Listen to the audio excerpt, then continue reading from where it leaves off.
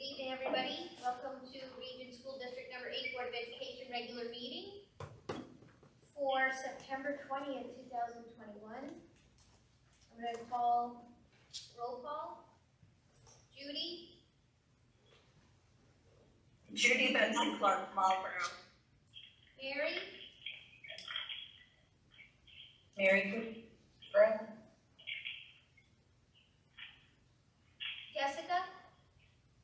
Jessica Dances Hebron. Joe Connor Hebron. Rob Shallow Hebron. Sue Stomping Marlboro. I know Mike is going to come in and out as he can. Jean Wilson Marlboro. Lori Lake Andover. and I'm Kathleen Goodwin Hebron. Can we stand for the Pledge of Allegiance, please?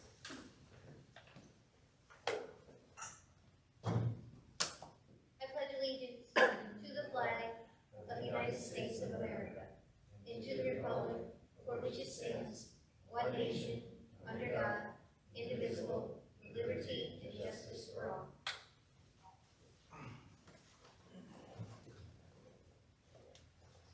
Public comments. Hebron, Andover, and Marlboro community engagement and attendance at Board of Education public meetings is welcome. The public comments segment of the meeting agenda is set aside so the Board of Education may receive public comments.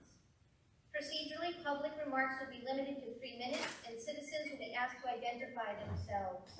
Because the Board of Education is limited by the Freedom of Information Act to discussing only matters on the agenda, the Board of Education is not permitted to engage in a discussion of the comments presented. Are there any public comments?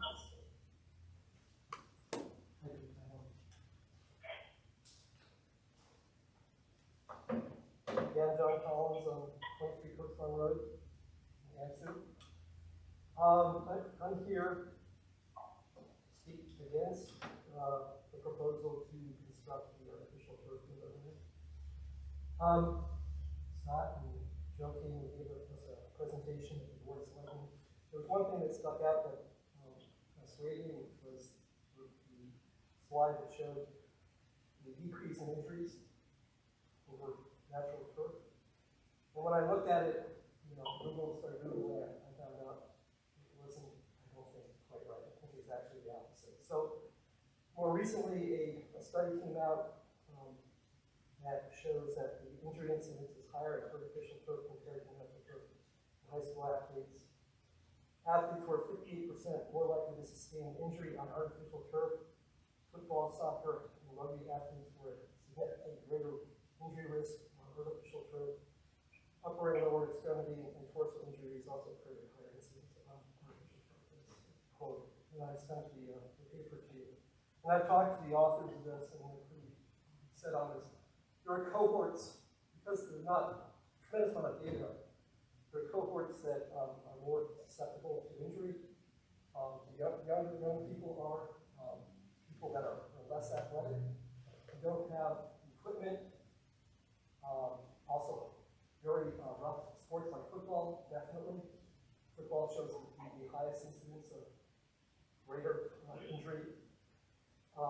So I was interested in that because I think we need to be careful. You know that sports injuries can lead to opiate addiction, as been shown, and so we want to minimize any additional painkillers. There's questions about the long-term physical integrity of artificial turf. If you notice, the city of Holyoke is suing several companies over the defects, and in fact, one of those companies, I think, is one of the consultants.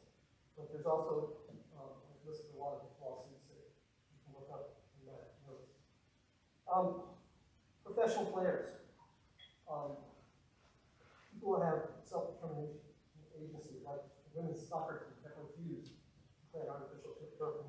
In fact, the Olympics now, or FIFA, has deemed that they will only play on natural turf. National Football Association, same thing.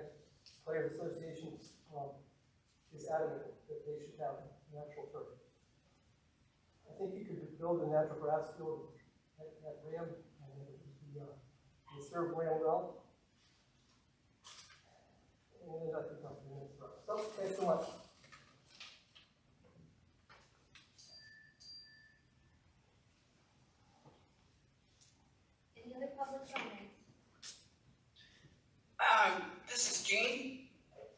do have somebody trying to get in online to speak. Thanks, Jean. Eric is monitoring that.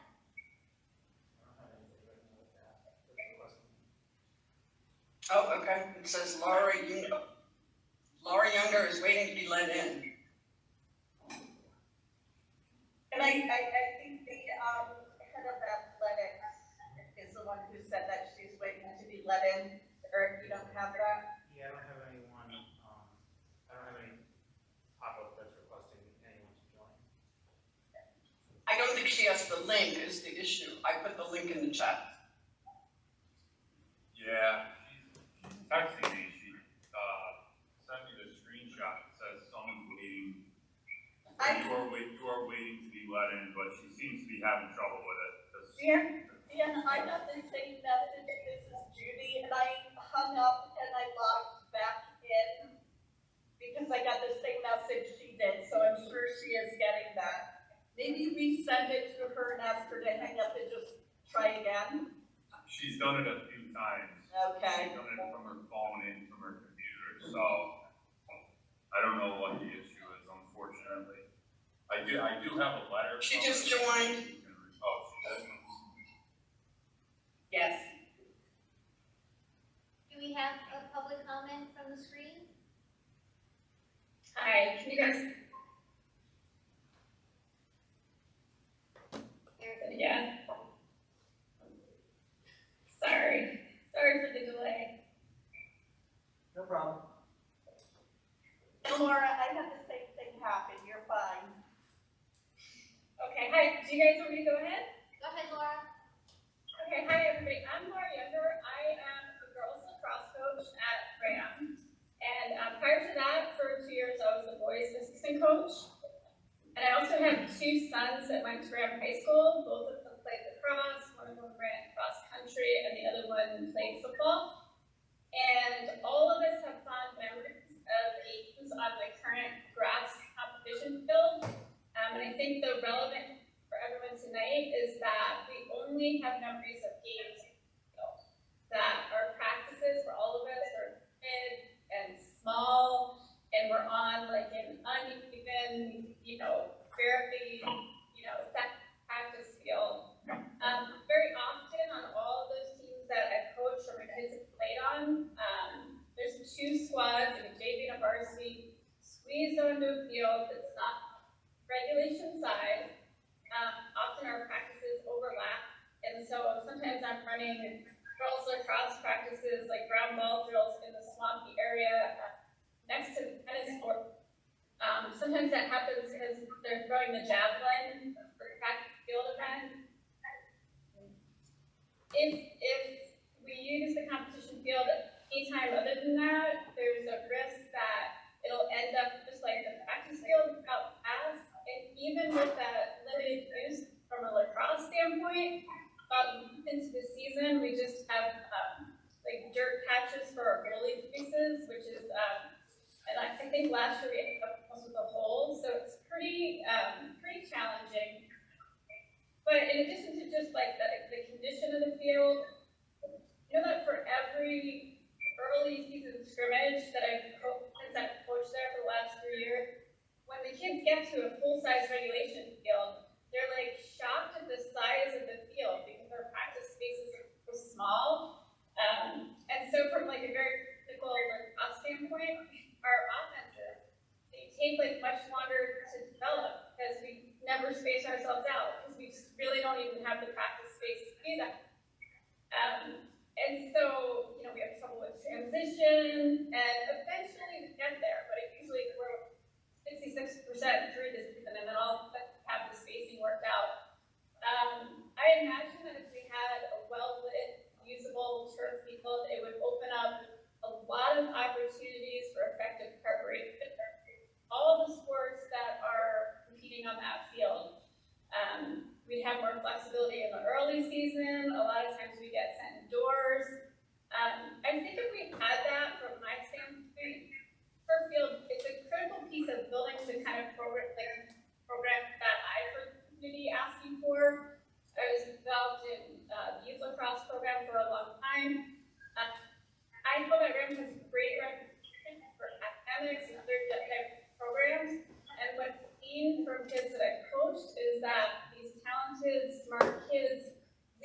because they don't want a little grass field, and they don't want to be unprepared when they play against these other teams, and they don't wait until 3/4 of the way through the season to really feel like they can compete. And I've coached so many great kids that probably would have stayed at RHAM for so many reasons, for the academic programs, for their friends, opportunity to play in front of the community.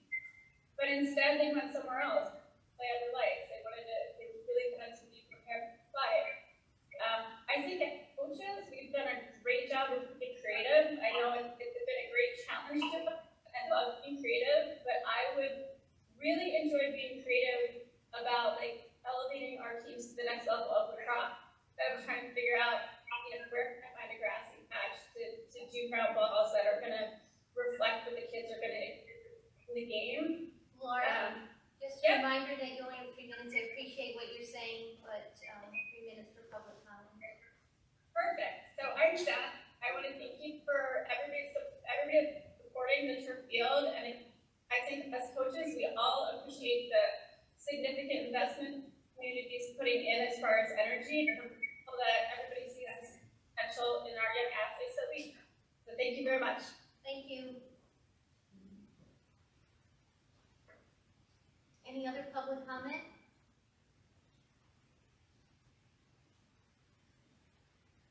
Okay, hearing none, we'll move on. That was your time. Addition and deletion of agenda items.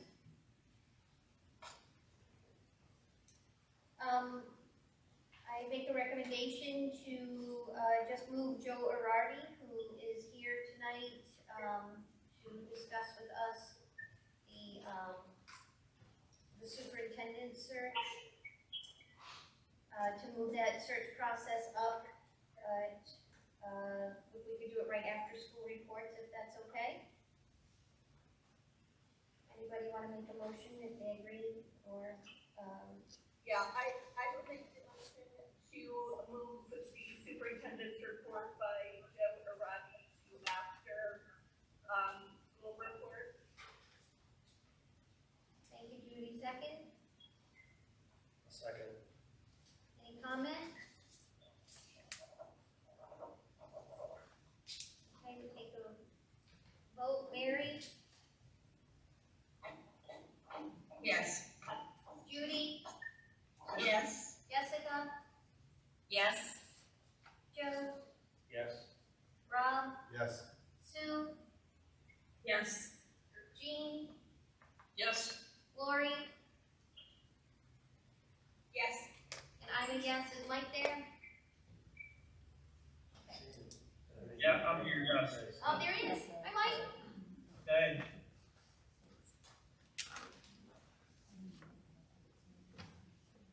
Okay, so we'll move Joe up on the agenda. Any other addition or deletion of items? Hi, Dean. Hi. All right, how are you? Student rep. Hi everyone, I want to thank you for having me to be back in person. There's not much going on. It's the beginning of the year. We're starting to phase out of the, syllabus and phase into the more tests and quizzes and real education that the later September brings. Seniors who are interested in early action are starting to, polish up their essays, finalize their common apps, and figure out what schools they're applying to. Most people who are applying for early action, the deadline is November 1st, and for Southern schools it's October 15th. So the dates are coming pretty quickly. So it is a little pressurizing now, but the fall also brings fun things like football and other activities. So overall, it's a good start to the year, although a little pressurizing for seniors. Anything else? I think that's it. Thank you. All right, thank you. Board of Ed Chair report. First of all, I'd just like to congratulate the RHAM staff, the teachers, the custodians, the administration, anybody who is getting our school year running, thank you very much. I know it's not a typical year. We're trying to be as normal as possible while we're still wearing masks and deal with the students who are returning after an extended absence from, the walls of RHAM. So thank you for all you're doing. I know you're dealing with a lot as far as, bus drivers and substitutes and contact tracing and whatever it is that you do. So certainly just want to shout out to you guys for getting us going. Thank you very much. I also would like to just comment on the disheartening stories regarding the vandalism of the RHAM school bathrooms perhaps based on TikTok.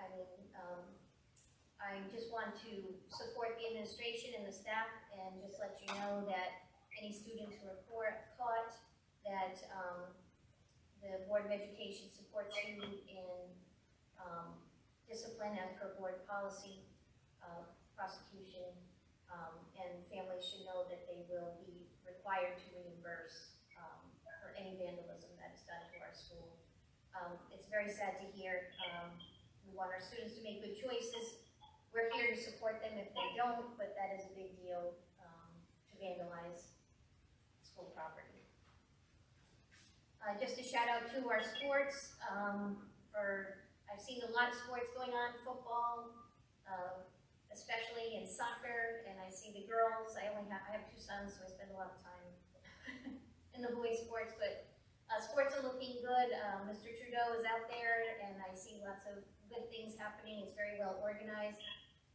This weekend, I was watching one of the games, and unfortunately a student was hurt, and I'd just like to commend the administration and the staff that was there, the sports trainer. They quickly went into action to support that student, and without drama or any unnecessary attention called to the situation, that student was safely transported out, and I know he's doing pretty well, although he's injured, but thank you, for dealing with that. That's one of those things that happens, unfortunately, but it was handled very well, so just want to say, thank you. I really don't have anything else for board chair report. Kathleen, maybe just add something or add something. Sure. So when we say the board stands behind any discipline, I agree, but I would add that we would want to make sure that every effort is made to tell all of the kids and all of the parents, maybe some, in different formats so that we think they've read it, not just that it was sent home, but we think they know about it, because it is a TikTok trend. And I know a lot of parents are aware of it, but there are also parents who aren't aware of it. And I would just want them to have that conversation in their household with their children before they're surprised by someone doing something maybe for the first time. Good point, Judy. Well, thank you. Anything else regarding that issue?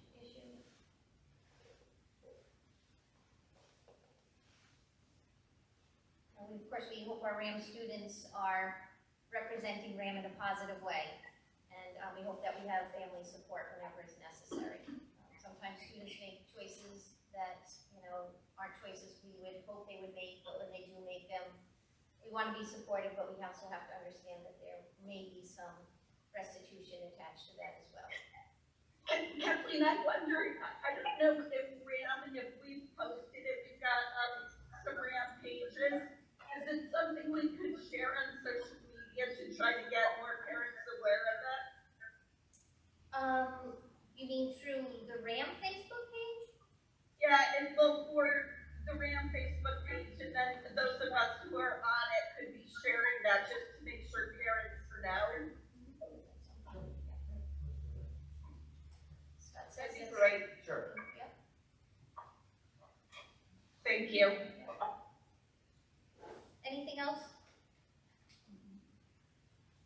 Okay. Okay, well, thank you, Kathleen. So, I thought I would kind of give you a broad overlook of kind of some of the things that we're facing on our return to school. And, first of all, certainly the good news is that all of our students are back to full in-person learning.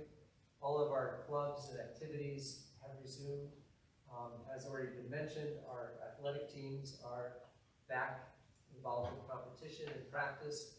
And not to throw any shade on our seniors, Lily, but it's actually nice to hear you complain about seniors and the challenges rather than what we had to listen to last year, because last year was such a challenging year all the way around. So even though we're wearing masks and modifying some of our activities, it's really nice to know that our students are able to come back into the building and deal with those things that students gotta have to deal with. I hate to interrupt you. If you're online, could you please mute?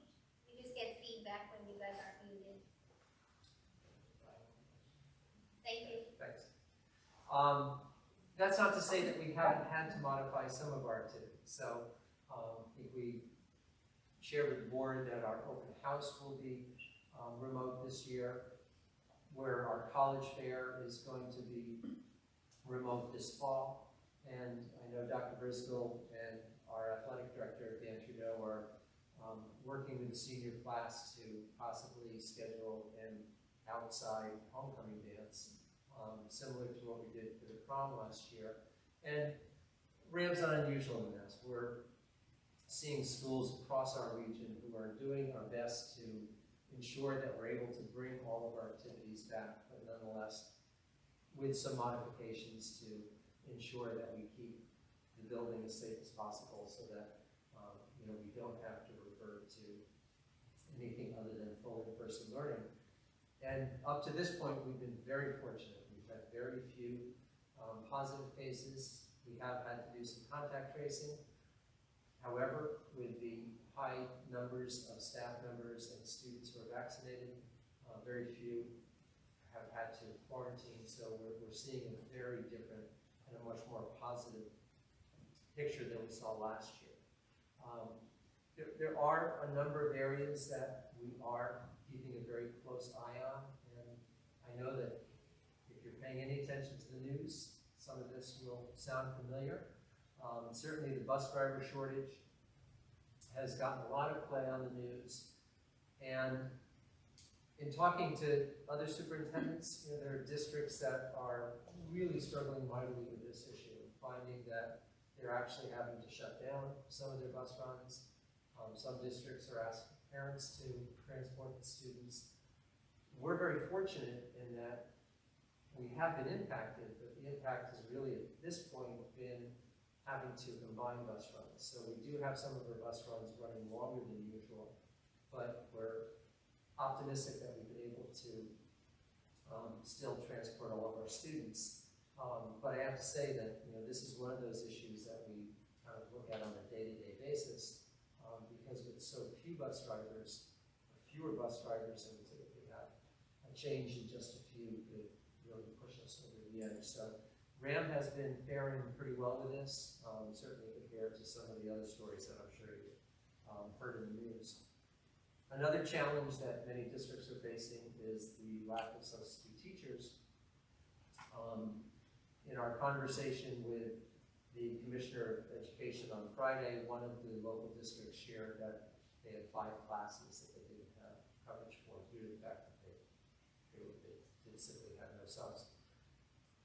I think the board supported us in a fantastic way a number of years ago in putting a permanent substitute at each of the buildings, and we're continue to be very fortunate in that we have a cadre of substitute teachers who we're able to rely on. So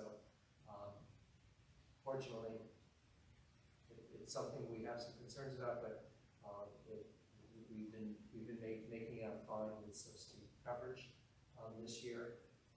Teacher shortage is a challenge across the state, and I know Dr. Briscoe sees it, I think, almost on a daily basis with the colleagues that are sending emails out looking for a long-term math sub or a science position. We're very fortunate at this point in that we're fully staffed. It doesn't mean that we didn't have some bumpy spots along the way. We had to, unfortunately, and I mentioned this earlier, in an earlier meeting, we had to sunset the early childhood program. It was a part-time teacher, but when we couldn't find we had no applicants whatsoever, and the state was providing no leeway on that, we had to sunset that program until a future date if we find a teacher available to teach that. So, but right now we are fully staffed. But again, that becomes a challenge for any district as you have any movement of your teachers and you try to fill the positions.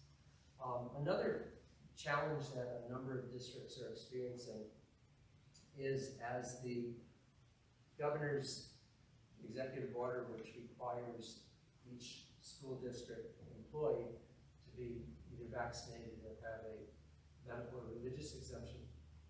Some districts are seeing that they're having staff members who are not only refusing to be vaccinated, but they're refusing to be tested as well. So there are some districts that are concerned that they may lose enough staff members that would actually impact their ability to continue running as they typically do.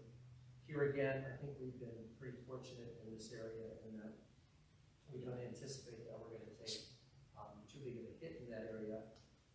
In terms of the vaccine mandate, this does come from the governor's executive order, and essentially requires that all school employees be vaccinated or have received their first shot by September 27th.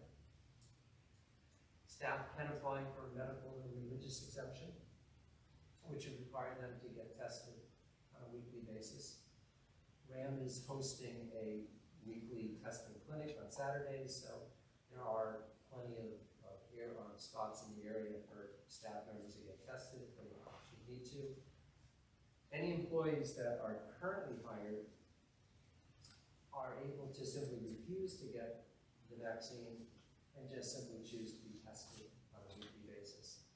That particular exemption will retire after September 27th. So any staff members hired after September 27th will no longer have that option. They'll need to be either fully vaccinated or use the religious or medical exemption. RHAM, I think, has done a great job of working together as a team to developing a process through a program which is called iVisions, which manages our employee pay and a lot of our purchasing. And we've created forms that allow staff members to upload their vaccine status and their vaccine cards into iVision, providing a degree of confidentiality, and it's a program that everybody's already familiar with. However, as you can imagine, as we are getting these new mandates seemingly on a weekly basis, it certainly is stretching our employees in terms of making sure that we're keeping up with things and meeting the deadlines. We had an emergency meeting for superintendents today regarding some additional changes to this mandate, possibly moving the time frame up a little bit. So we're certainly very conscientious of that, making sure that we're doing the right thing. One of the challenges is that the Department of Health does seem to keep changing things on us a little bit each week, so it's a bit of a challenge. But I think the district has done a really fantastic job of making it simple for our employees to do, giving us full access to everyone's status, so that I think we've done a good job of complying with that. So it's, the good news, I think, outweighs the bad news for RHAM, in that we've had a great opening. Our students are back and fully engaged in activities. There are challenges out there. We've been able to, thus far, manage and kind of stay above them. I put them out there because I could be coming back to you next month and sharing that. Some of these challenges maybe are more of a challenge a month from now, but right now, I think we're in a great spot. Yeah. Okay. Good luck. Thanks so much. Yeah. Sure. If people want to become substitutes, is there a process?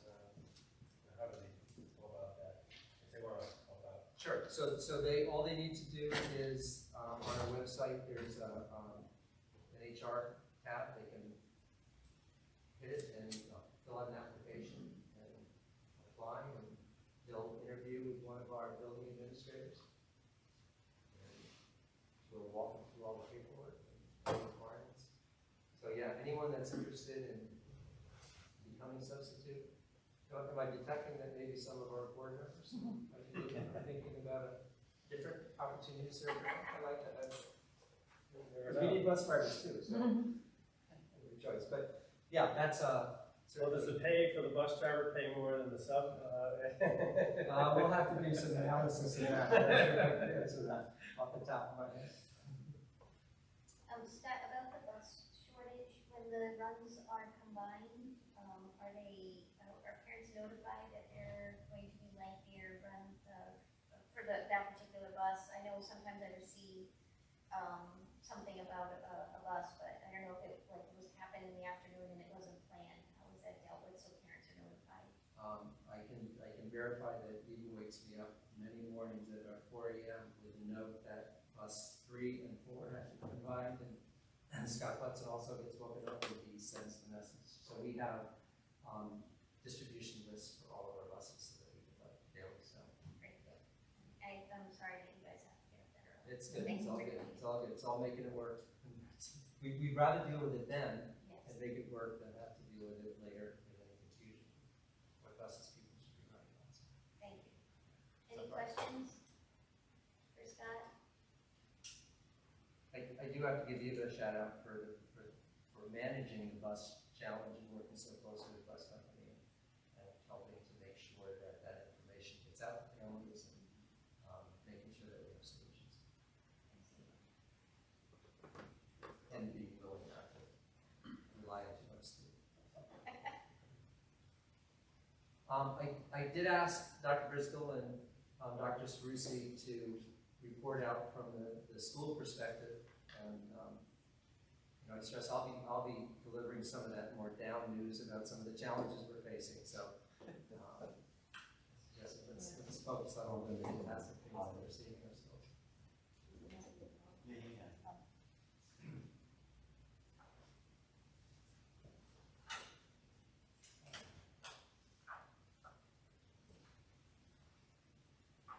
So we went from the general for both schools to the specifics. I guess we can start with the impact of COVID-19, which Scott already mentioned a little bit about, but obviously masks are still in play for us.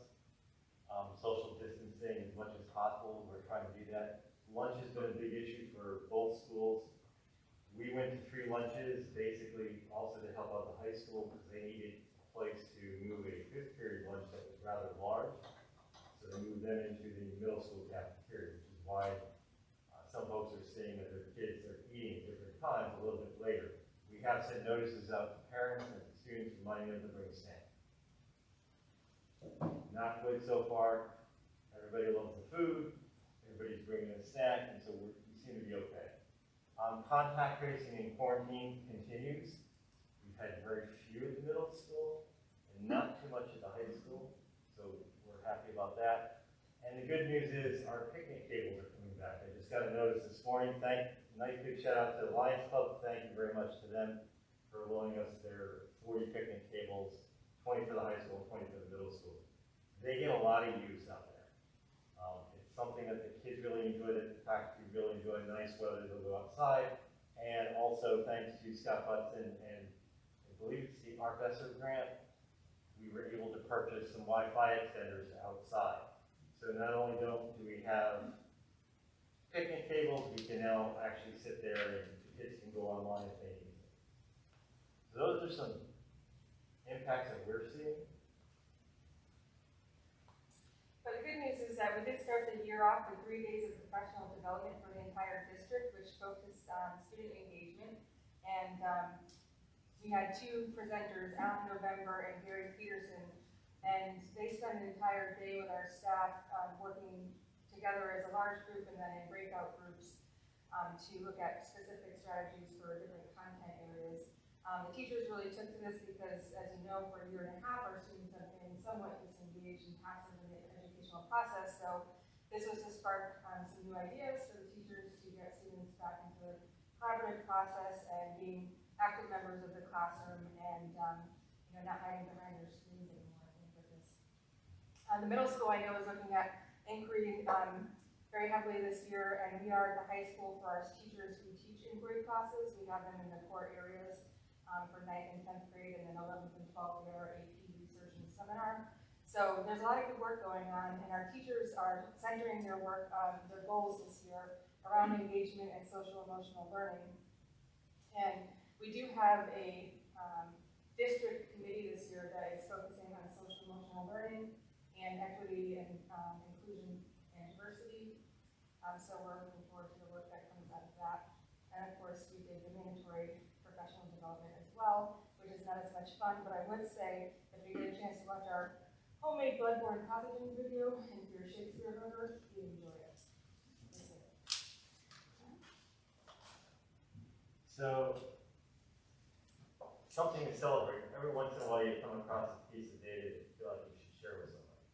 And so I felt, myself, the fellow administrators felt we should share a goal that we had. I think we brought to you when the former principal was around at RHAM High School. Almost at RHAM Middle again. Yeah. And the current principal, we've all been working on this goal for a couple of years now. And it's almost obsolete. We wanted to raise scores over 4 years by 5% on PSAT and SAT. So the colors there represent cohorts. I'm one of those people that like to look at cohorts. So when you look at like 2019 to 20, and you look at ELA 446, and then you look at our last year's 9th graders at 498, they're learning something. We keep talking about gaps and things like that, but they're improving. And when you look at 2018, 457, and PSATs 522 and 10th grade, they are steadily growing. So when people talk about RHAM, academics hold their heads up high and they say, look, we make progress every year. Sometimes we see it, sometimes we feel like we don't see it, but when you put it on paper and you're looking at nationally normed tests, assessments, yes, there are dips at times, but when you look at something like this and you see the progress where they started to where they go, it's impressive. So I wanted to share that. Are those, I know it's grade 8 fall PSATs, but then grade 9 spring, all right, so we're still seeing, are those low for RHAM? They still seem low, grade 10? No, because the scores, as you see, go up progressively, and if you look in the 11th grade. No, I understand that, but I'm just certain from other years, Penny, from grade 10 PSAT scores, I thought they were higher than that. Can you just share that information if you don't have it handy, maybe via email to all of us? Yeah, we certainly can do that, but what I'd like to point out is that these are cohorts, which are. I understand that. I understand data. It's just a question. No, I get that, and it's a good question. I think just this time we were looking at the cohort because that was part of the goal, but certainly we do still see growth.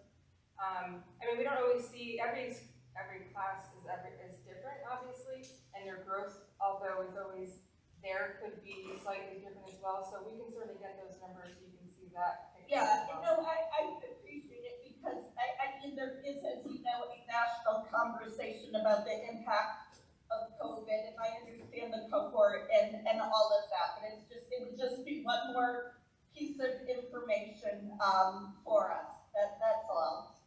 And I do appreciate that this is in cohort, and I do understand what that means, so thank you. Yeah, and I just would like to also point out, Judy, that we still did very well on our SATs this past spring, which was not the case for many schools. Our kids showed that even though they might have had some, lack in their learning for a period of time, that did not necessarily show up on the standardized testing. So that was a problem. Yeah. Well, thank you. That's interesting too. Just a couple questions about that slide. When we wrote those goals, and it hasn't been 4 years now, I would guess that we would have to revise them, and they would some of them came out of it wasn't a program of studies, it was more like strategic goals that we had. So that might be a we want to resurrect again now that, you know, we're all back in. I think we kind of took a break from some of that information, but it might need to be gone back to and reviewed. Very positive to, you know, it's good to hear that kids are making progress. One question that doesn't come out of that data is for the students who did not, or the students that, you know, did have some regression. It may be just some time that they need, but I'm just wondering what will be put in place for those kids if they're not making the type of progress that needs to be made. They're obviously not students who have cognitive deficits, but may have curriculum deficits, and therefore, how do we support those students? Yeah, and we do that through our data teams, and we look at the individual progress of every student, and we look at the individual questions that are on the test and how our students did on each of those questions. We have really dug deep into the data for the last several years. And we have had products out of that. One example is we have the SAT math prep, which is for students who show rapid progress on the PSATs and SATs, and they take that as an elective. They're encouraged strongly to take that as an elective. And of course, we have other classes that students are encouraged to take, like reading or English or writing and math courses that are working with that population of students. And so, of course, there's a very variety of resources. We've been making sure that the individual students are lost in this big picture data. One of the things just to add on to that is, if you look at the department goal for 2021-22, we did have a meeting with our department coordinators and picking up what there are the number of students that I guess you would call them gaps. We're calling them, where are they right now? Because of the lack of curriculum, or I should say lack of, where we ended up last year is where we need to meet them to move them forward. So, you know, we're looking at where the students are now, we're diagnosing that, either through standardized tests or curriculum-based assessments, and then going forward, what do they need to improve? So we did have some really good scores, but again, curriculum-wise, we're always looking at where the kids are currently and how to move them forward, which means that the teachers in different classes are going to have to talk to the other teachers to meet, okay, this is where we ended up, we're going from there forward. So it's a big conversation we're having. Go ahead. No, I was just going to say, something interesting that I just read as standardized testing for some students can break economic barriers. For instance, if they score extraordinarily well on standardized testing, that can put them into opportunities and things that otherwise they would not have been exposed to. So I think what's starting to happen is that they're more beneficial than anything, that they're not really used to bar anybody from anything or as a barrier, but they're used now for some real heavy merit scholarships and other kinds of things, which is exciting. And that was the only reason that I asked, because these seem you know, and my memory may not be perfect, but these seem a little bit lower than some I remember, or perhaps I'm misremembering, but nonetheless, it's just another good piece of information to have. Yeah, we definitely had a class a few years back that was probably pretty outstanding, and so if you compare any of our other classes to that one, they're probably going to fail a little bit in comparison. So you're right that there is probably a number of students that you've seen that were higher than these.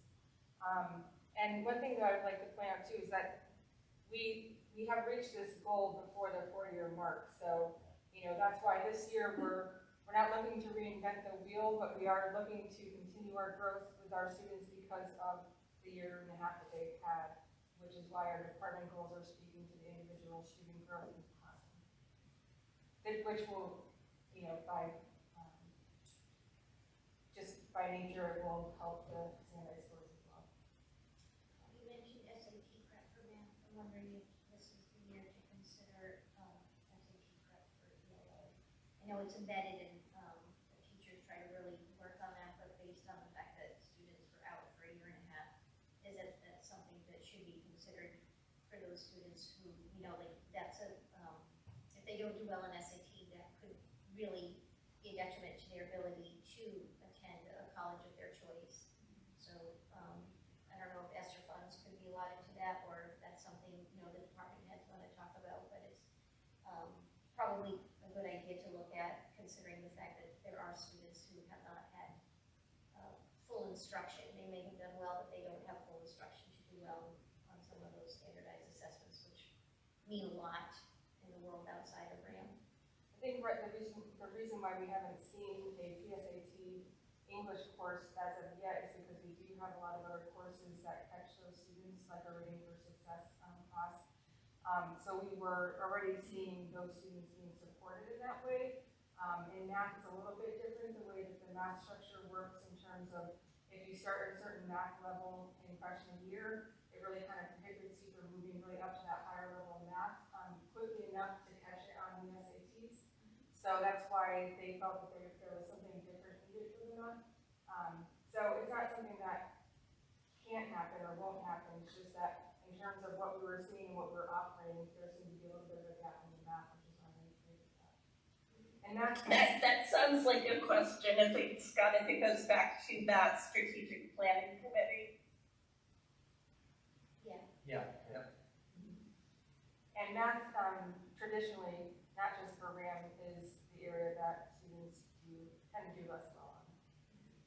And, I don't want to focus on the students who might need support, because we definitely want acceleration for those students who can move forward. And maybe this year isn't a great year for them in math for whatever reason, but then, based on the instruction they receive and supports could move. Are there options for kids to take acceleration over the summer? Yeah. Or to do anything that they can so that they can move forward in those math classes and get back on track if they need to? Yes, we've had students do that. They can take online courses, they can take courses at local colleges, and also other online offerings that are accredited in our online policy. And it starts in my head, and then I think I just lost it. So you're looking at me. I'm glad I'm not doing that. Is that for every learning level? Because I'm just, here, and we've all had different experiences in life. And, I've had the opportunity to have the experience of someone who, tests out at 99+% on this, but doesn't necessarily have the best GPA. So I'm thinking about that kind of kid too. And this can open doors for them, and I would never want to see a child have any doors not open that could be open. So do we have that, Penny, for every level of learner? Yes, we also are continuing to grow in our data collection and correlating our data so that, sometimes a student can do really well on a standardized test and not so well in the classroom and vice versa. And so we have a program called Performance Matters, which is part of our Power School package that houses all of our student data. And we're really diving into that this year to be able to sort of really look at the individual student and the various data points that we have for them and what that shows us and what we might be maybe missing or opportunities that we can continue to provide for those students. So I think it's just going to be another avenue that we can take advantage of to make sure that we're using the data to help each student individually and also students as a whole. Well, just to follow up, since I started this, the case I was talking about, I would not have advised anything different. It's just that the child took the toughest course load possible because of interest, not for any other reason than interest.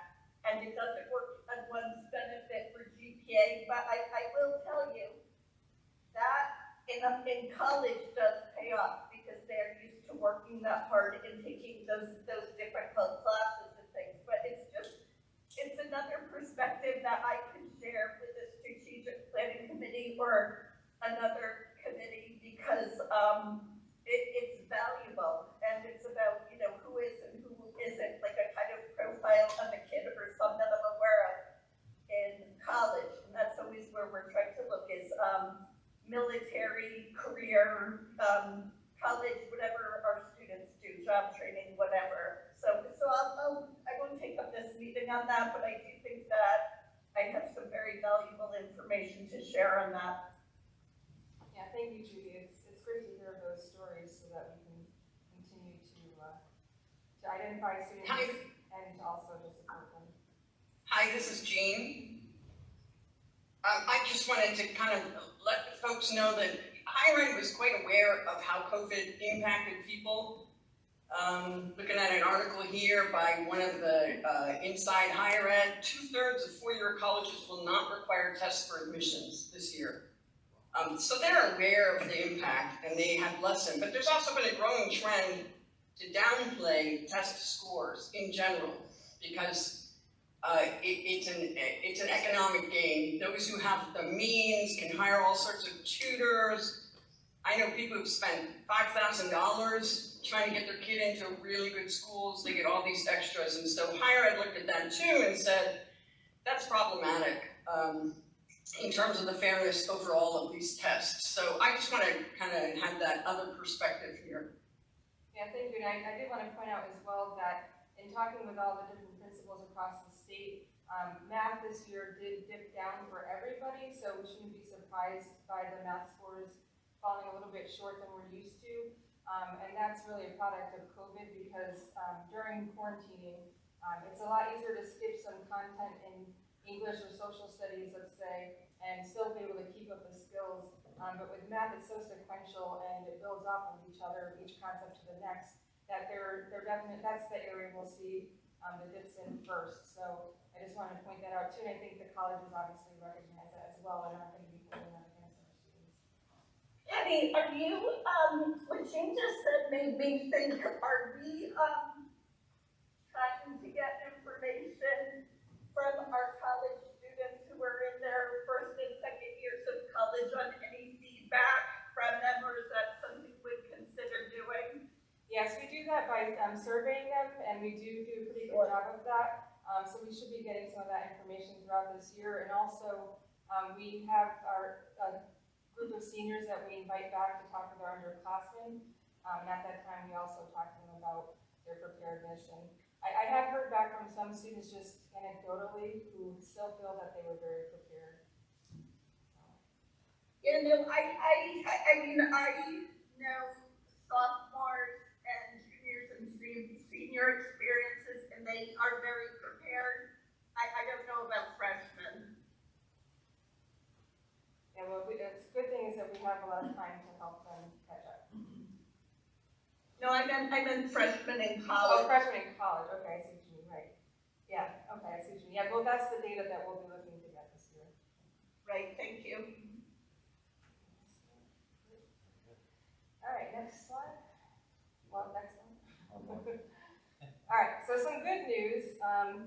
All of our sports and clubs and activities are been running this year in person, and we have our late bus running despite the bus shortage challenges, which is great, so they can stay after school and participate. And there has been high levels of participation so far. And I also think it's indicative of the time period in which our students are trying to get back into the swing of things and get socialized and be here at the building, that they've come to start 3 new clubs so far this year. So we'll be starting a ping pong club, a culinary club, which I'd like to give a shout out to Whitson's. Our chef and manager from that group is going to be advising that. And they're very excited to work with the kids, and I think that's just going to be a great collaboration. And then a knitting and crocheting club that both actually students and teachers want to participate in. So it's just showing that kids want to be social right now, and I think that's a really good sign. We're doing field trips, job shadowing, students are volunteering in the community again, and they're engaging in work experiences, which they haven't been able to do in the last 1.5 years. So I know they're excited about that.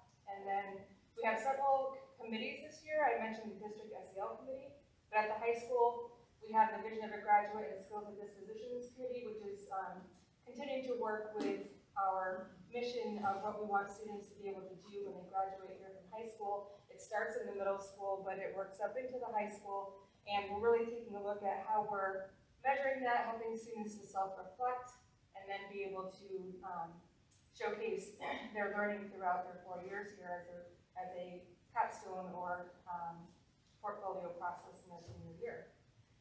And we're excited to do that work because it was put off. Obviously, with COVID, we didn't think that running committees was necessarily at the forefront of what we were doing, but now we're glad to get back into that work. We'll be looking at our advisory program and seeing, is it still doing what we intended for it to do, which is to provide each student with a mentor in the building. And if not, then what do we want to do differently? So we'll get to reimagine that. And then, as you know, we haven't had midterms and finals last year and not this year. So it seems to be appropriate for us to take a look at that process and say, you know, when we can come back to that next year, what will that look like? Do we want to continue doing it in the fashion that we have? Will it look different? What do our students need to be prepared for college? So it's a lot of work, but we have a lot of teachers who are staff members, parents, everybody who are looking to be a part of those committees, and we started them already. And so hopefully throughout the year we can give you some reports about the work that's being done there. And just lastly, most important, food. Students are raving about Whitson's. They are putting out a great product. I've been eating their lunch every day, which makes my life a lot easier. I don't have to worry about bringing my lunch every day. It's really great quality food. They have a lot of variety. They look for student input, and even though it's healthy, it still tastes good. So there's a lot of things to try out. So if you ever get to stop by during lunch, I invite you to come and share in the variety of foods that they've been offering. And they're really a great group. I like working with them. They really do want to be part of the school community, and it feels like a partnership. So. Are they still doing free breakfast? Yes, free breakfast and lunch. Yeah. So at the middle school, and did want to sort of double dip what the high school was talking about, but we had very similar experiences. Our 7th and 8th grade team day was a really big success this year. Last year's CAS, we've always done just 7th grade. Sort of like welcome to RHAM, here's how you open your locker again, here's what the school looks like, here's the cafeteria, here's the offices. We found we had to do that for our 8th graders this year too. So we incorporated that on the 2nd day of school. First day was getting used to the classes, the 2nd day, 8th grade day, the 2nd day was here's an introduction and here are your teammates. It was a big success going around. We heard kids had a good time playing different games. Basically meet the other kids on their teams. Sports and clubs are off to a great start. We have a lot of participation in both of those levels. Clubs have just started up. Late bus is a big help, as usual, especially for middle schoolers who cannot get a ride home usually after school. I've already mentioned the 3 lunch waves. That seems to be going well. The comment from the kids are they love the food. Coming from the elementary where they got one lunch or one type of lunch or 2 types of lunches, they're like, I get a choice. Plus, they do like the ice cream too. And evidently, that's healthy food. So, we're happy about that. One of the things we are doing at the middle school is our focus this year, along with the PD focus, which has been student engagement and SEL. We've added in the student engagement piece and also sort of moving towards a culture of inquiry. It was one of the things that came up on the professional development survey across the whole district, was teachers wanted more information on inquiry instruction, problem-based project-based learning, critical thinking, and problem-solving skills, and how to incorporate those things and keep students engaged. So we've moved towards that focus. We sort of kicked it off with team leaders over the summer, and then today the faculty meeting was sort of, I quickly introduced one type of strategy to staff that we could be using as sort of an overall teacher goal, along with that supports our professional development in the district. So we've had a nice couple of weeks so far, and we're looking forward to next month. Thank you. Sure, I got one. Is there any thought to maybe up what you guys are making for lunches? I know my son is a 7th grader in 3rd wave lunch, and last week 3 times he did not have a choice, and today he did not either. And I know if you guys see on Facebook, everybody's got a phone, everybody's got a camera. A lot of people are posting pictures about, only getting half a lunch because that's all that's left. I can talk to the Whitson's manager about that.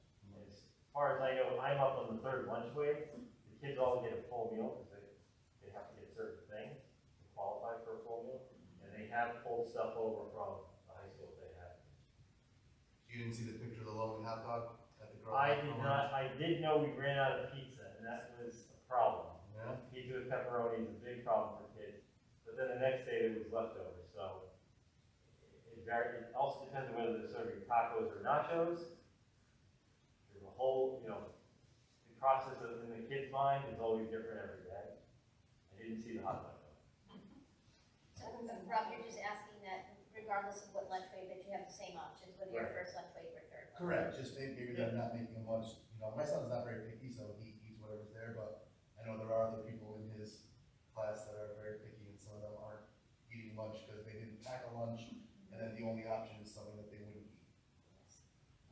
I think that as long as they're communicating the things that they want that aren't there, that this is very responsive, and we'll make sure that there's enough of whatever they're looking for. But if they're just looking and seeing it not there and walking away, that could be the problem, because I know that sometimes they don't want, depending what time they go up there to get the food, oftentimes I'll go in there and there doesn't seem to be a lot, but it's because I'm sort of in the off minutes. They don't want everything out there all at once sitting there getting bad, you know what I mean? So you might just have to say, hey, do you have any more of these? And they would say, oh yeah, it's back in the kitchen, I'll go grab some food, that sort of thing. So I know it's harder for the middle schoolers to probably be advocates for themselves, but I do think that if they can voice what they're looking for, that they would probably see more options. Okay. Thank you. So, at this point, we have moved, Dr. Arardi, superintendent process, up. Dr. Arardi, are you there? I am, Kathleen. Hi there. How are you? Congratulations on your board leadership. Thanks. I know, somebody who might help me get there, I don't know. I'm ready if you want me to start. I've had probably 3 to 5 minutes of information and more than willing to answer questions. Does that work? Absolutely, Joe. Thank you for joining us, first of all. You betcha, Scott. Thank you. Joe, just to do an introduction in case anyone in the audience may not, have worked with you last year. Joe Rardy is the consultant who the district has hired to complete the superintendent search. Joe began the process last year. We put it on hold during the whole COVID piece. So Joe is picking up where he left off, and Joe, thank you for joining us again. And Joe will kind of walk us through the process that he'll be facilitating this year first. Scott, thank you. School board members, I believe just from seeing your pictures and names, I know many of you, not all of you, and more than willing to, and I'll get you my cell phone number, give me a call, and I'd love the conversation with you if you have questions. But let me just give you a wide view of what I think the world looks like this year. I think to start with, finally, congratulations to the State Department for allowing your superintendent to come back for a second year. God bless.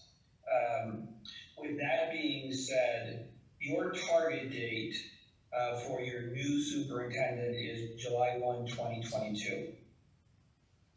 In the land of administrative contracts in Connecticut, in nearly all contracts, there's a 90-day clause, which is an opportunity for the district that will be sending your new school leader to hold that person for up to 3 months. So if you play this from a backward design, I think your 2 most important dates right now are July 1, which means that you want to be hiring your new superintendent in March.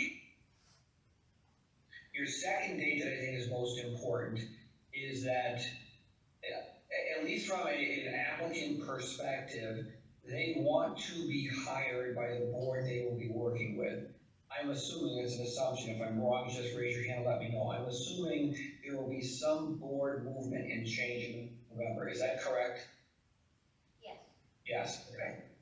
So here's what makes sense to me for the broad picture. That on or around November 15th, we launch the formal advertisement, and we do it just like we did last year. A real deep dive locally, regionally, national presence, and we advertise from mid-November through January 1. That gives you about a 5-week window to gather applications. We come back after the holiday break, and review applications as a hiring committee. And Kathleen, if you haven't yet, at some point next couple of months, name your board as the hiring committee, and that's easy to do. I can work with you, or Scott can work with you on how to do that. We haven't done it yet. And we would hold interviews in January, finish them in February, and it positions you perfectly for a February, early March appointment. That person having a tremendous amount of time to transition, get to know your district, work in partnership with your present superintendent, and really be able to hit the road running on July 1, 2022. So if that big picture works for you, what I will do is granularize it for you, most likely this Sunday, and try to send out some specific dates for your calendars to begin to hold them well in advance, and you have plenty of time. The interesting piece right now in Connecticut, this has not happened in the 4+ years that I've been doing the work, is that this is an incredibly slow time for openings in Connecticut for superintendents. And I believe presently there are no openings. So that optimizes, I think, the applicant pool, the potential applicant pool for RHAM. But what I can also share with you, the timing of last year was we were closing applications as the State Department had their pivot. And I know that many of your applicants have already re-engaged with me saying, when are you going to launch?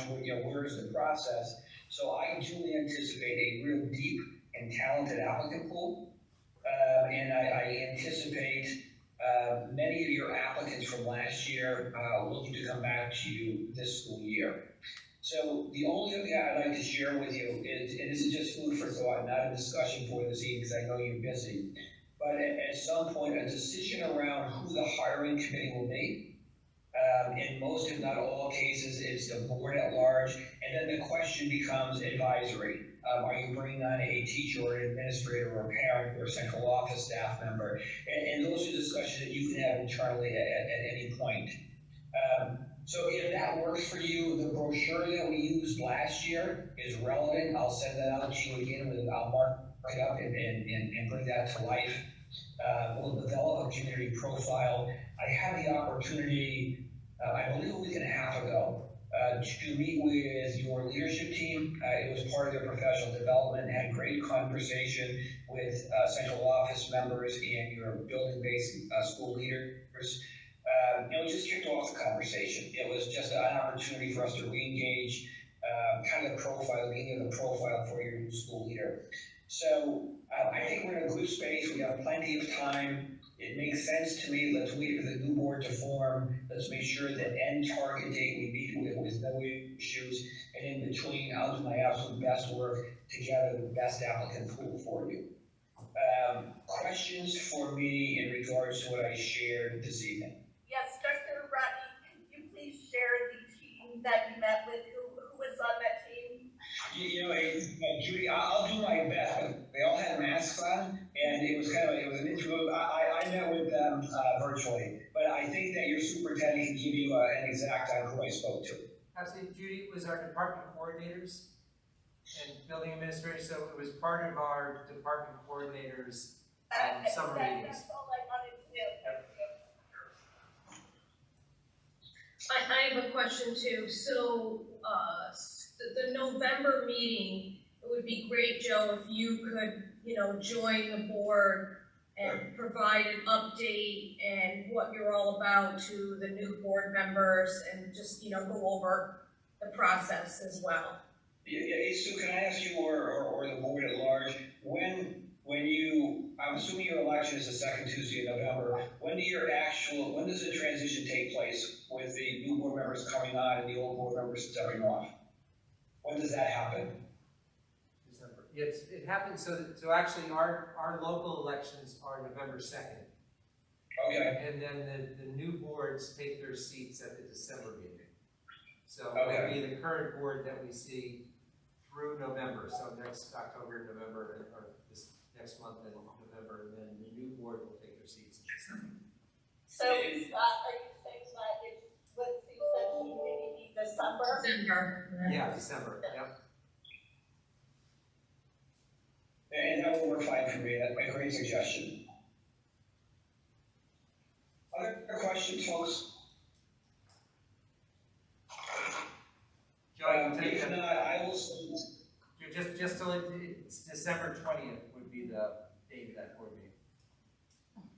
Very good. And I'll send to Scott all my contact information for those that don't have it. More than happy to have the conversation. And again, we'll create that same conversation with community, with school-based employees, with parents and staff. And I am nearly certain that your applicant pool will be a pool that you'll be proud of. Final questions or final thoughts, folks? I don't see any. Kathleen, thank you so much. Thanks, Dr. Wright. Nice to see you again. Great to see you. Alrighty. Bye. Thanks, Bye-bye. Doc.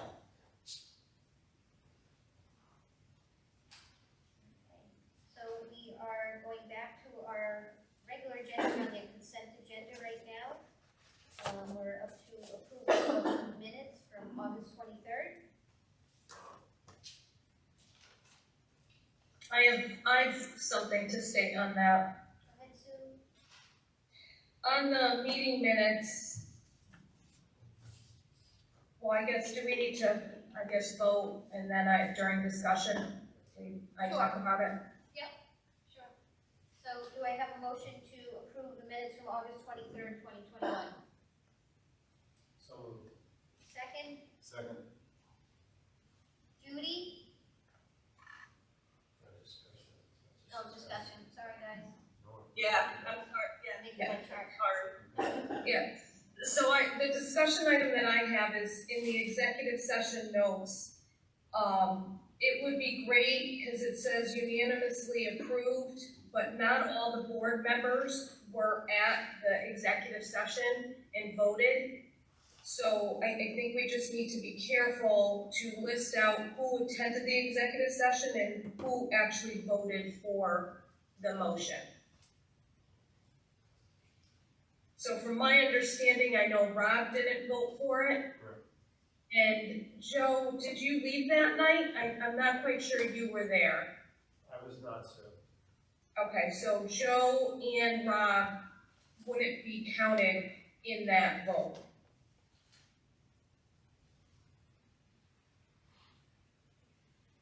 So that's all I had. And we can update that, Sue, so that posted is like that. Thanks for pointing that out, Sue. That's it for me, thank you. Anything else for discussion regarding the minutes? Okay, I'll call vote. Judy? Yes. Mary? Yes. Jessica? Yes. Joe? Yes. Rob? Yes. Sue? Yes. Mike? Yeah, I think he's coming back at 8:30. Jean? Yes. Lori?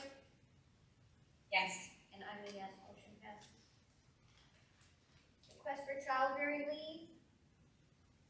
So we have two employees. One, Molly is a RHAM High School counselor, and Maureen Leone is one of our high school chemistry teachers, and they're both asking for unpaid leave following their maternity, which is allowed by contract, so it's consistent with our contract.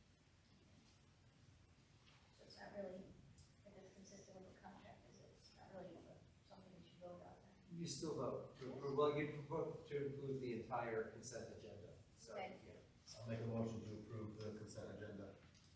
Second? I second that. Thank you. So then, Lori, I might have a question for your hand raised. Go ahead, Lori. Yeah, thanks, Lori. I had a question on Maureen's. Scott, in the letter from you, it says beginning approximately March 28th, But in the letter from her, it says her anticipated due date is January 2, and she intends to work until 12/23/21. I believe the return is, or am I looking at it differently? I believe the return is the thing.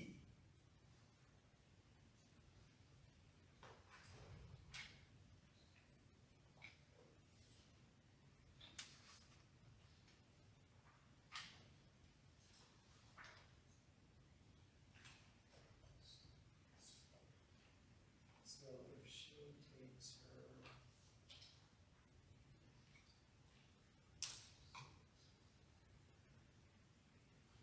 Or Scott, are you accounting for the unpaid beginning in March, even her leave begins January 2? right, I think the FMLA begins then. Oh, okay, Yeah, right, okay. yep, that's right. So her leave will be from, she'll Would be- work through 3rd of December through the end of the school year. Correct, yes. Well, the beginning of the next. Okay. Yes, we take her through, I think, the beginning of the winter vacation, and then, yeah, she would be taking the rest of that time off. Okay, thank you. Any other discussion? Take a vote. Judy? Yes. Mary? Yes. Jessica? Yes. Joe? Yes. Rob? Yes. Sue? Yes. Jean? Yes. Lori? Yep. And I'm a yes. Motion passes. Okay, subcommittee calendar meeting dates, enclosure 10.1, old business. So this is really, in our last board meeting, we talked about resurrecting the subcommittees, and so this reflects the schedule that we used last year. That seemed to work pretty well. So that doesn't prohibit specially scheduled meetings. I know facilities, certainly, we added a number of meetings too. So this doesn't preclude that, but this would give us a schedule to work with. I think one of the kind of new pieces that I don't know that we've had in the past is November 18th. We've added a combined facilities and finance meeting, really for budgetary purposes, to look at the proposals from the facilities subcommittee for the 22-23 capital budget, and then bringing the finance committee in to engage in that discussion. But other than that, it still follows the same pattern of subcommittee meetings that we've held up to this point.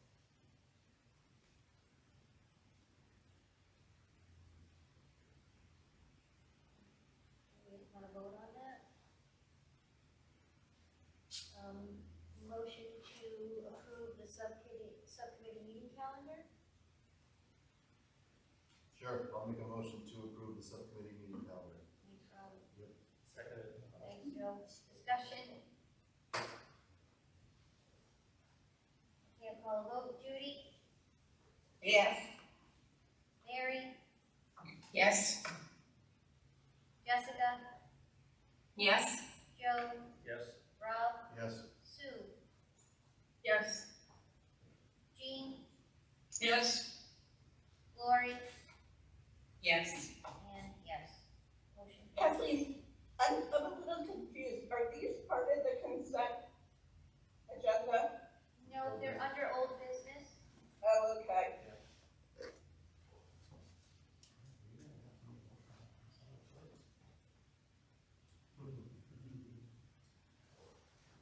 Right, you'll be busy driving a bus.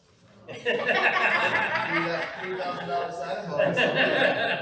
You guys, I know the curriculum director, former assistant superintendent who's driving a bus, and I think it is the coolest thing I've ever heard.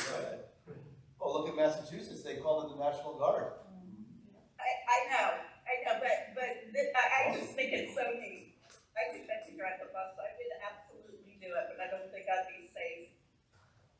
Judy. 1-800 bus driver Fly school. and we'll put you through the ropes.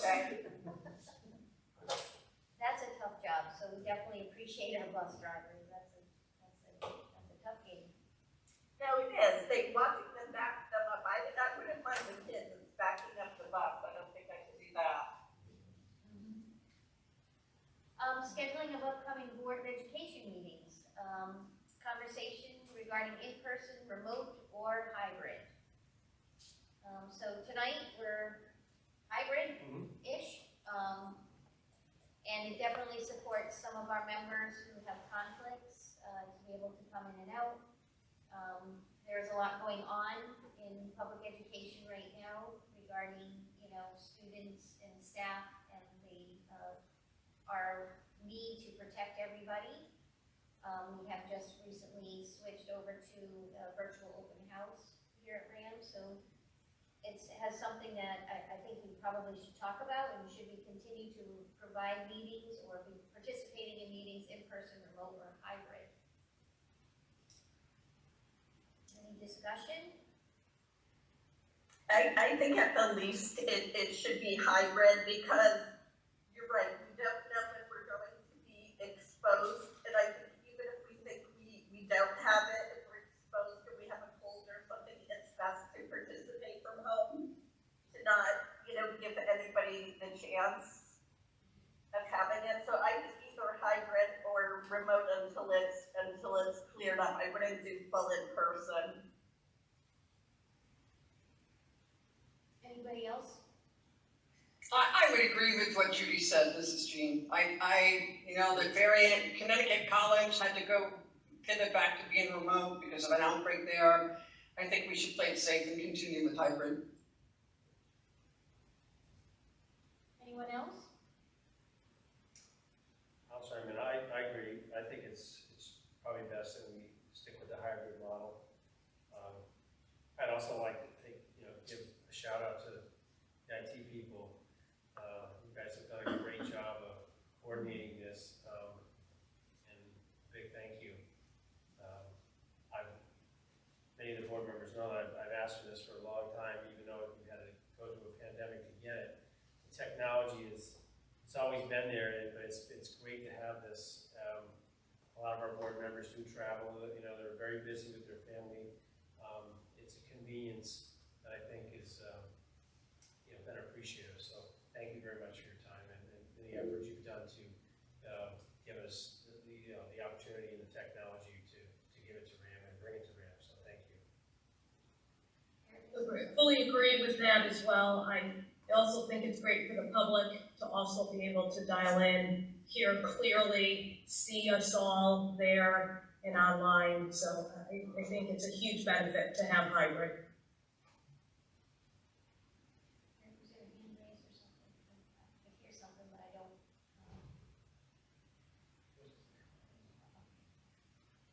Anyone else regarding whether or not we should be remote, hybrid? You sort of raises a question. How much additional work is it? I'm in favor of doing this while we still have COVID raging around us.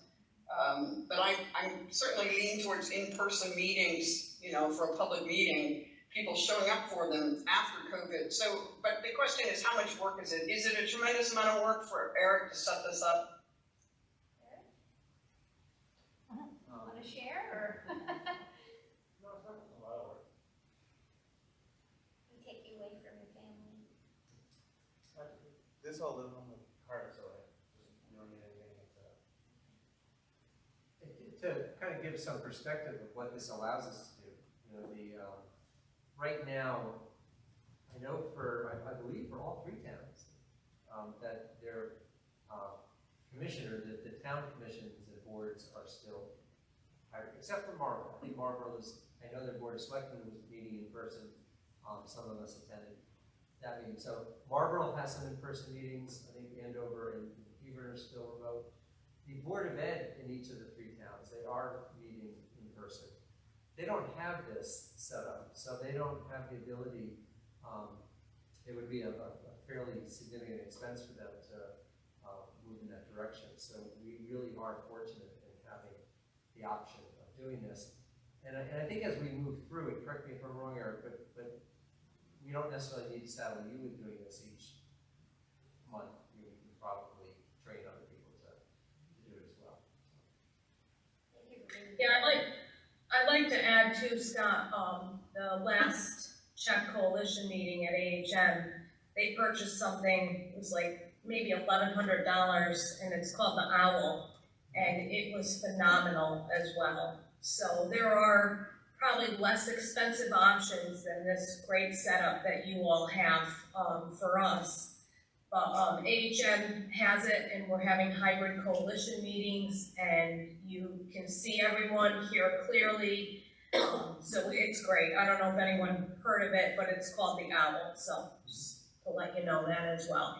Great. I think, just from a board chair perspective, the only thing is, like I know Scott has to be here, if everybody shows up here, or we're not quite, like tonight, I wasn't sure who was going to be in person and who was virtual. So I think in order to support, just, like knowledge for the board chair, whoever's sitting here, or for, the administration, it would be helpful maybe if we have some sort of way of saying who's going to be virtual and who's going to be present, so Scott doesn't sit here by himself, or, something like that. So I just, if we are going to, Makes sense. Yeah, for hybrid, I agree with you guys. I think we have to have this option, and it's 2021. We should be offering this anyways. It makes Agreed. sense.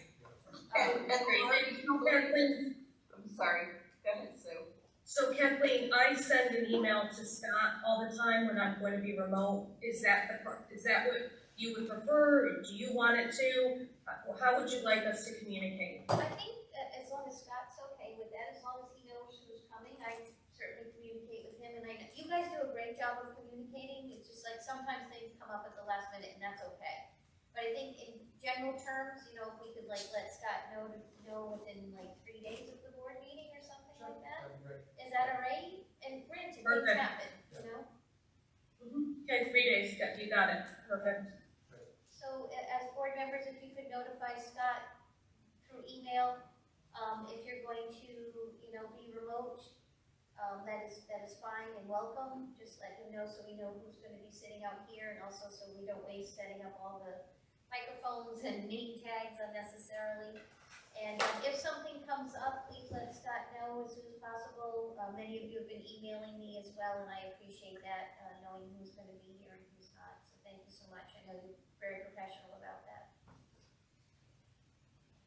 So should we vote on it, or just think a conversation? Yeah, I don't think, because this is what we're doing, and there's no motion or suggestion to change what we're doing. So I think at this point, there's no need to cast a vote. I think we're good. Right, and we have a board policy around this anyways. So. That might be something to review at some point too in the policy committee, just because we are moving forward, just to ensure that we are okay with that. And also for the public who have typically asked what the links are and things like that, where they can find them and stuff like that. Okay. So moving on. Financials, Eva? All right, so, in front of you in your board packets, you'll have the expenditures and the revenue reports, through August 31st of 2021. There's an estimated net favorable position of $17,513 as of, August 31st, 2021. The district during this time realized 2 unanticipated expenditures. The well pump that services the competition and baseball fields needed to be replaced for a total cost of $11,336. In addition, a submersible pump located inside the holding tank for the irrigation system that services the competition and baseball fields had a vortex fitting that rotted, and the pump detached. The cost of procuring that was $7,296. At this point, staff is actively encumbering funds from their budget requests to help support the students and all of the items that they budgeted for. The capital improvement fund, the blue and orange stairwell projects will be completed by month end. The HVAC project bid documents and advertisement is in process. It actually went capital non-recurring fund, the DOT project is still waiting to close out. We just received some finalized bills and are hoping to tally all that out to give Hebron to go ahead to pay those. DSC and Tall Timbers are still assisting us with the referendum process for the church project, and invoices are not finalized. The Pupil Services Department is encumbering the tuition, services, and transportation expenses for their outplaced students, and they're tracking the expenditures closely so that they can do their excess cost report. Are there any questions on these topics? I have one. Yes, sir. On the irrigation pump that detached, was it recoverable or is it sitting at the bottom of the tank? No, yes, I believe it was reattached, so it was just a repair. Okay. Do we have money to cover the DOT, bills that just resurfaced? So that is the topic at the moment. It seems like we might have a shortfall. I'm estimating it at about, the high end would be about 7,000. Seven? 7.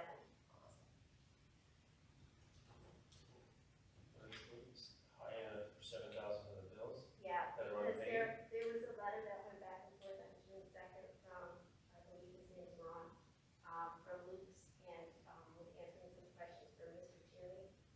And there was something about final invoices and amount that was supposed to be deducted off of the final invoices, but none of these invoices were marked as final. So that's where it's sort of trying to figure out what is still left on our table. And then, of course, the 2.5% holdback that needs to be given to happening. What was that for? That's part of the inspection process. For 180 days. The town does? Every big project like that. That's why when you bid that project, you have that extra 2.5%. So that way if you don't get it, you've already got it covered. I don't remember that as, Doesn't make much sense. no. Mhm. Any other questions? Okay, hearing none, the next topic is the RHAM High School, Middle School Activity Funds, for student activity accounts. Those are balancing, these are for July and August of 2021, and they are matching with the bank accounts. Are there any questions on these?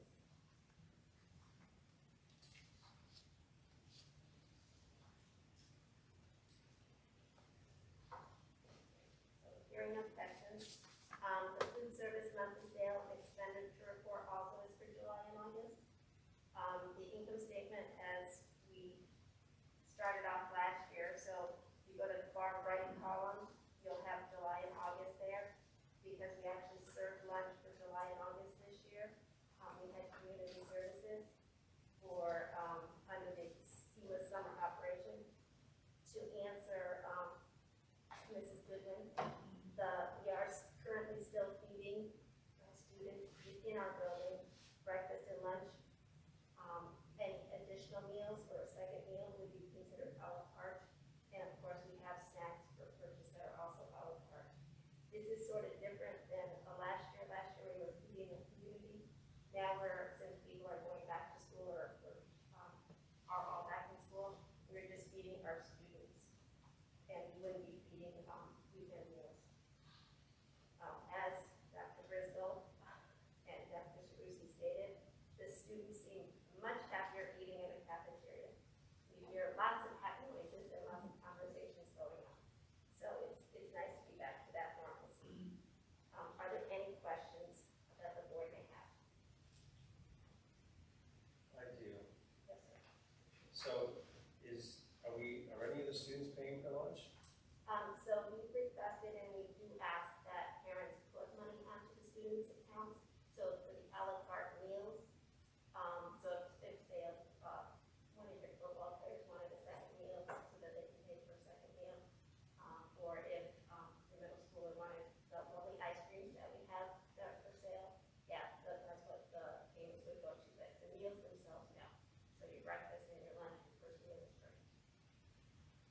So is it my understanding that we will be a negative for the year? That's not necessarily true because, with the purchasing of any second meal and or a la carte items, there's always the potential to add to the coffers and thus the reimbursement rate from the federal government to that higher rate. So I may have missed something, but I didn't understand how we got to, every child is getting a free lunch? And that's mandated by the state or federal government? So we opted into that because the reimbursement rate for the lunches is at a higher rate. We were transitioning from last year to this year and still unaware of what families might need additional supports and what families would need additional supports. So this will continue throughout the 22 and next school calendar. Right. So we didn't obviously forecast this, did we? As far as a negative, we're gonna have a negative balance. I'm going to say that we're gonna have a negative balance. Correct. We're still trying to catch up from last year and the year prior that we were not. Right. So do we have funds? How are we going to pay for that?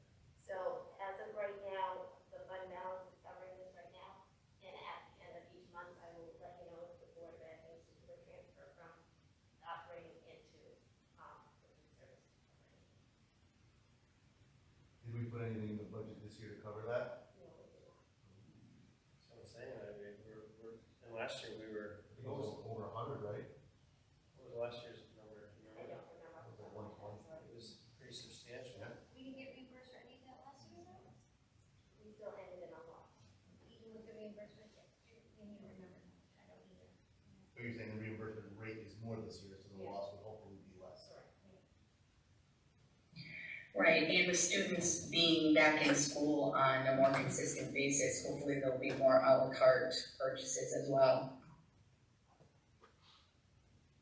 Let's hope. I don't know, but Penny and Mike are selling the lunch, so it's good. It's open to the public. Even with the difference from last year and this year for reimbursement, From the federal government, yes.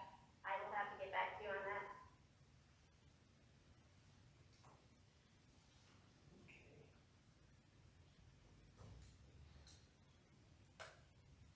Any other questions?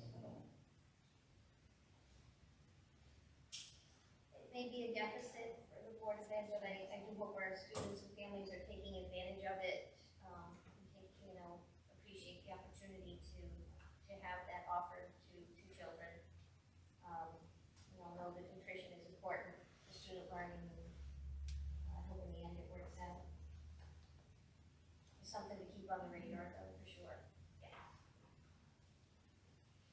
Anything else for financials? That was it. Good job. Thank you.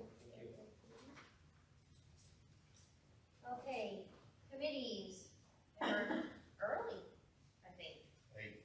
Yeah. All right, facilities, safety and transportation. We had a meeting earlier on, I think this month. Some people, it was just Rob and I. The one topic that came up was the additional fencing that the committee decided that it should be put on. I don't know why it wasn't put on, but there's a section closer to 316 road that when they installed the fence, looks like they started from the other side, but the balls still have an opportunity to park the 316 playing fields, and the committee decided that it's important to have that that fencing installed.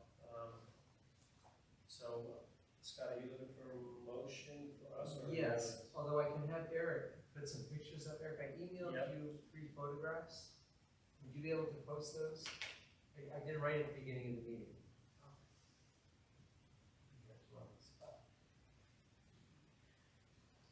Let's say I'll be IT, I know. IT see it when it's Let's see how this touching happens. the finger, yeah. There you go. Hey. Unanswered email from the superintendent. So, That's the one. okay, so right there. Go back. No, that, we start with this one. Oh, Start sorry, with that one. sorry. So, no, go back, there we go, right there. So the netting that we replaced, the netting was 150 feet. What are you doing? He's showing. Oh, okay, perfect. Okay, thank you. So the netting was 150 feet, and we transitioned to the 25-foot fencing, which is 170 feet. And the way they placed it was centering it on the goal, soccer goal in the field. But go to the next slide, the next picture.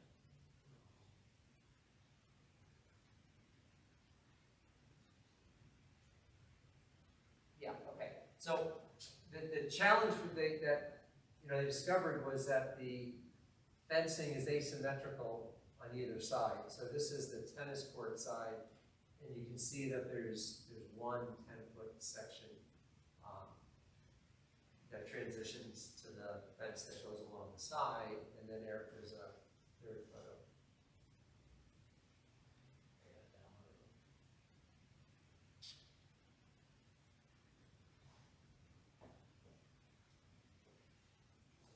There you go. Yeah, this one. Yep.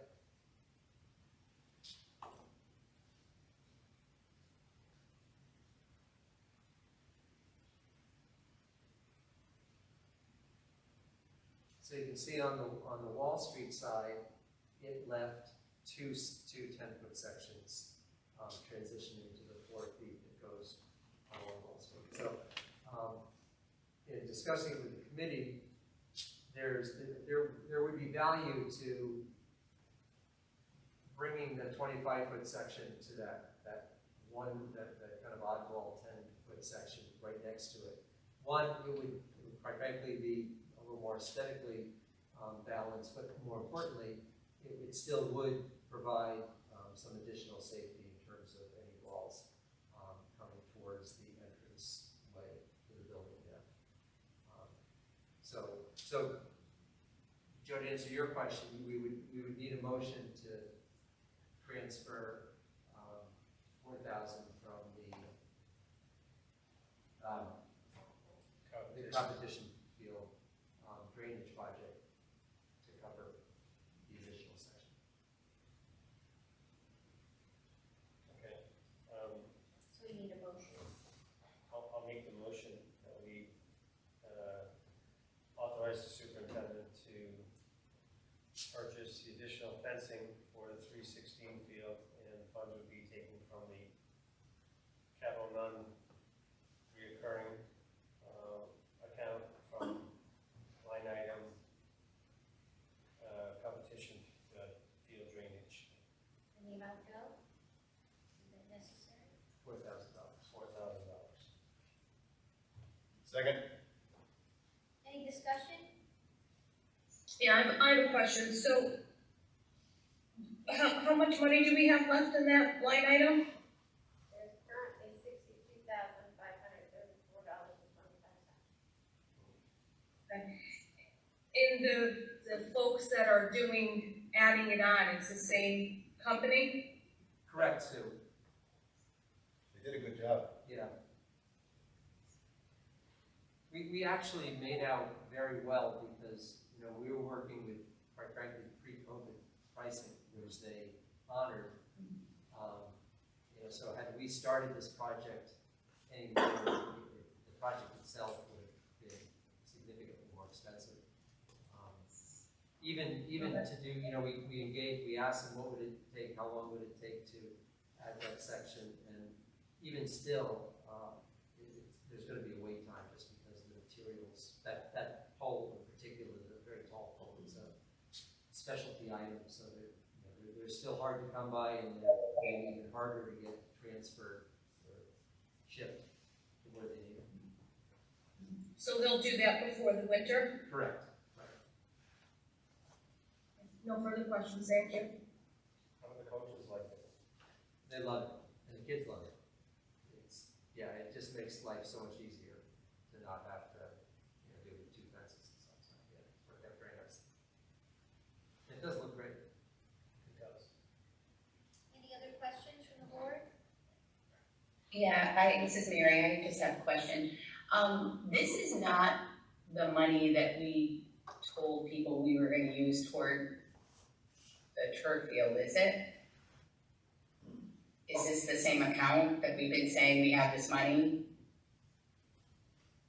There's, and I think, Mary, I think what you're referring to is, in particular, I think in Marlboro, there was a suggestion that if the board had additional monies in some of the capital funds that you hadn't used yet, to put it towards the turf. I think that was a discussion. It wasn't a guarantee, because there's a lot that can happen between now and then. But this isn't the only pot of money there. There's also additional funds that are sitting in that, other projects that we didn't do, for example, that or that had balances. So I don't think we had talked about a specific amount. So this isn't the only set of funds, Mary, that we had that conversation with. It was certainly one of them. We also had a conversation with the towns, Mary, I think, with the audit from this year, surplus money, utilizing that money. Is that what you're referring to? No, I thought it had some, I thought we were calling the time we talked about taking some of the money that we had set aside to do repairs on the field and use it toward a new field if that was going to happen, but that's fine. I just want to make sure we're not misrepresenting anything. Right. Yeah. If I remember correctly, Mary, the discussion was that in looking at the bond payment schedule, the first payment is significantly lower than the next 10 because you're just paying interest. I think it was $95,000. And a suggestion was made, maybe, as a good faith effort, RHAM could take some of that capital money and put it towards that first payment. So it's still a general discussion, and there still is additional funds in there. So we're certainly not depleting the funds to make that possible should the board decide to do that. Okay, thank you. Anything else from the board? Do you have? No, thank you for the pictures. Go ahead, Sue.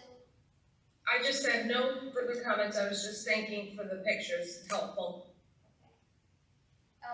So is the motion, correct, Mrs. D? Do you have it accurately written?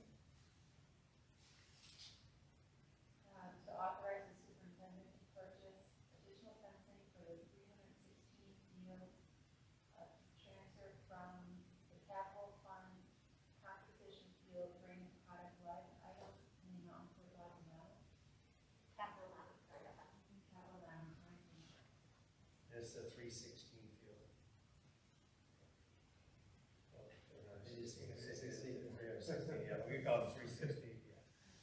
Do I have a second on that motion? Second. Second. Okay, take a vote.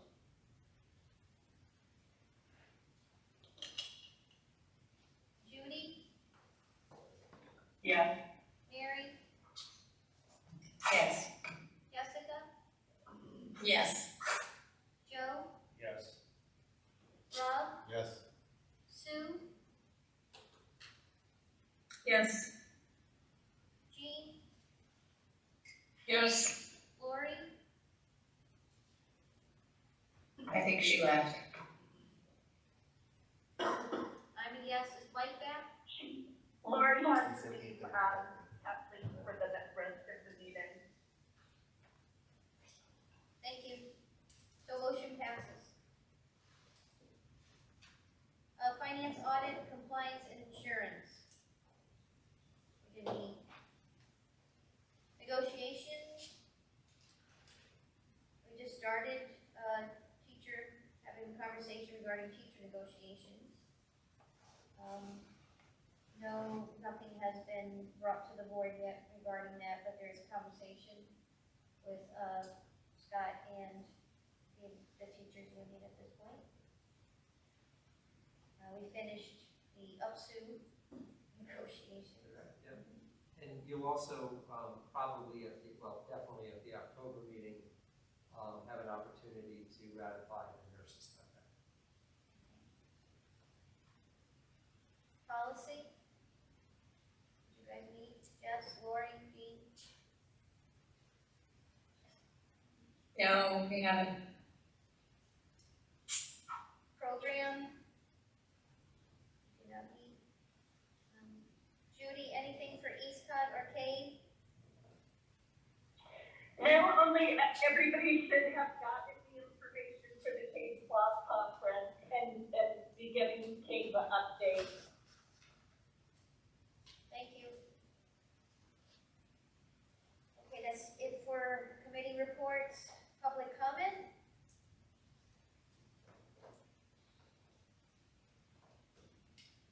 I'll give it a shout. Joe O'Connor, 75 Smith Farm Road. I just would like to thank everybody for their hard work over the summer. I came and watched the football game on Saturday. The field looked amazing. The crowd was buzzing.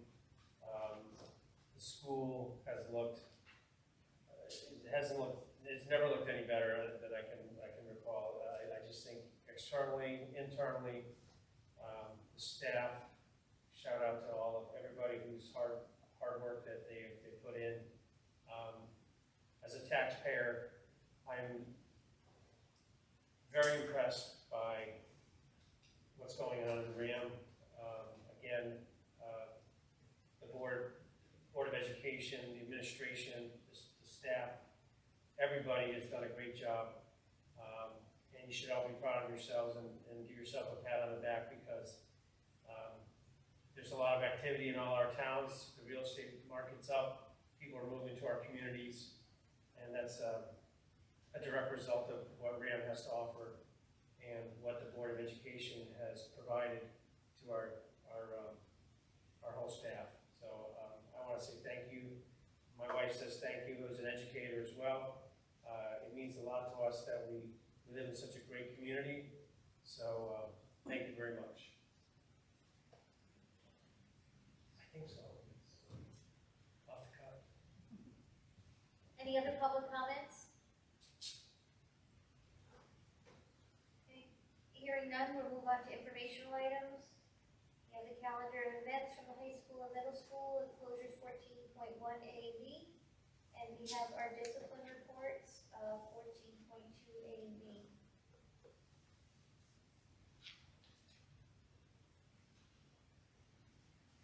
Any questions from the board?